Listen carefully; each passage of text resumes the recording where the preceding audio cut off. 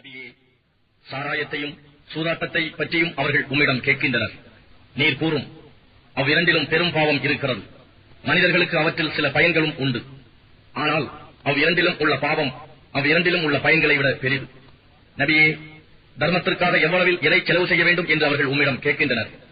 உங்கள் தேவைக்கு வேண்டியது போக மீதமானவற்றை செலவு செய்யுங்கள் என்று கூறுவீராக. நீங்கள் சிந்தித்து உணரும் பொருட்டு அல்லாஹ் தன் வசனங்களையும் அத்தாட்சிகளையும் இவ்வாறு விவரிக்கின்றான்.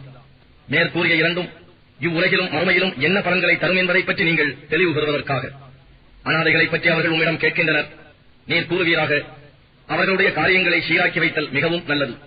நீங்கள் அவர்களுடன் கலந்து வசிக்க நேரிட்டால் அவர்கள் உங்கள் சகோதரர்களே ஆவார்கள். இன்னும் அல்லாஹ் குழப்பம் உண்டாக்குபவனை சீர் செய்பவன் என்றும் பிரித்தறிகின்றான்.